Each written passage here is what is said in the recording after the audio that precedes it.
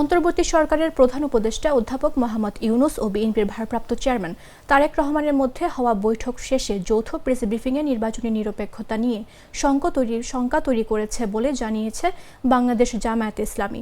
শনিবার সকালে সংগঠনের কেন্দ্রীয় কার্যালয়ে জামায়াতে ইসলামীর কেন্দ্রীয় নির্বাহী পরিষদের বৈঠক শেষে গণমাধ্যমে পাঠানো এক বিবৃতিতে দলের পক্ষ থেকে এ অবস্থান জানানো হয়।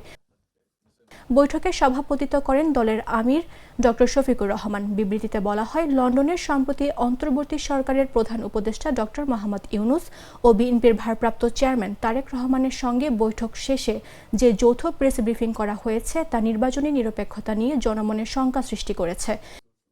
এতে বলা হয়, প্রধান উপদেষ্টা একটি দলের সঙ্গে বৈঠকের পর বিদেশের মাটিতে যৌথ ব্রিফিং এবং যৌথ বিবৃতি দিয়েছেন, যা বাংলাদেশের রাজনৈতিক সংস্কৃতির ব্যত্যয়। এর মাধ্যমে তিনি নিরপেক্ষতার বদলে একটি দলের প্রতি বিশেষ অনুরাগ প্রকাশ করেছেন বলে আমরা মনে করি।